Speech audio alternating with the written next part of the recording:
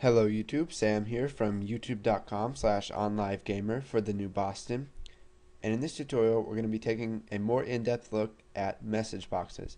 Now if you remember from two tutorials ago we did the Windows Forms Hello World, and in that we used a message box. Now I'm going to show you some more stuff that you can do with a message box. So let's go ahead and create a new project here. We will select a Windows Forms application. We will call it MessageBoxes, and we will just go ahead and click OK. Now we'll wait for that to load, and we'll go ahead and shrink it down a bit, and let's come up here to our toolbox and we will add a button. Now we will just make the button a bit bigger, or here, let's go ahead and just do this. Let's go ahead and dock it and make it fill the whole screen. Okay, so let's set the text value for this button to show message box,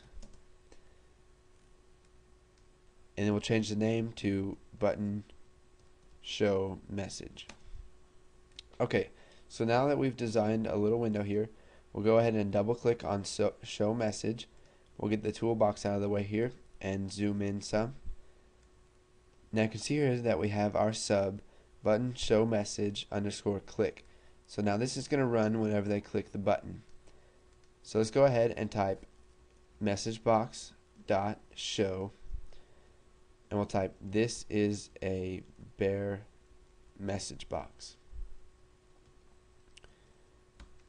So that is the messagebox.show that uses one argument in the parameters.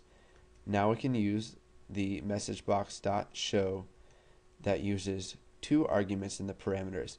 Now in the first one, the single argument in here is the message that's going to show in the message box, and there is no title to it. So we'll make another one and we'll say this message has a title.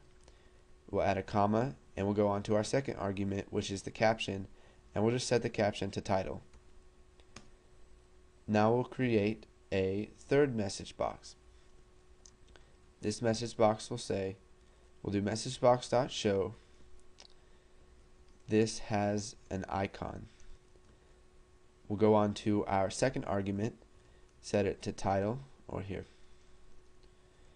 comma, we'll set our second argument to title, and then now we have a third argument, and you can see here that it says buttons as system.windows.forms.messagebox buttons.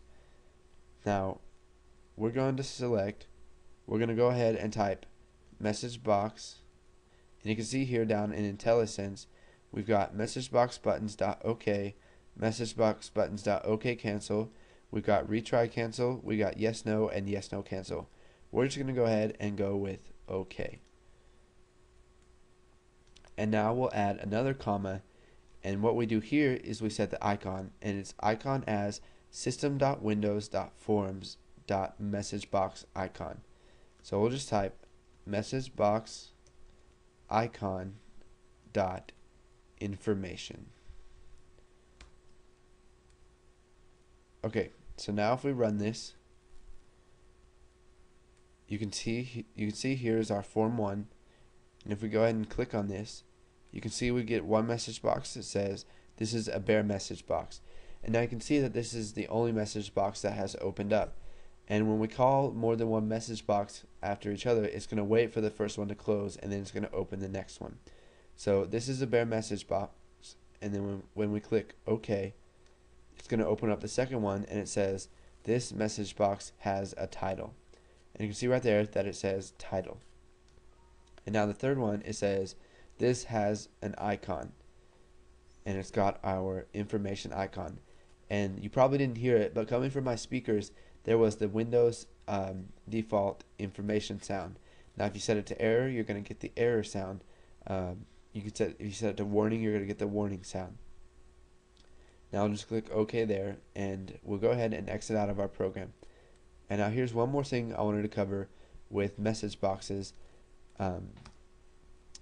that the .NET, the people who created Visual Basic added just to help developers out a little bit. So instead of having to type messagebox.show, which may take a while, you can just type messagebox and then your parameters. And now you can see if we go ahead and run this, let's go ahead and add a message for this. We'll just type message. Okay, so now if we go ahead and run this, we're going to click show message box. We got bear, the one with the title, the one with the icon, and if we click OK, we get another one that says message. And you can see that the default title is message boxes. So whenever you type the shorthand version of showing a message box, the title is automatically going to be set to message boxes unless you override that by using the argument. Okay, so now that you guys have seen a look at message boxes, you can go ahead and make programs that will show message boxes when the user clicks on certain things. And once you got that nailed down and you're not going to forget it, go ahead and move on to the next tutorial.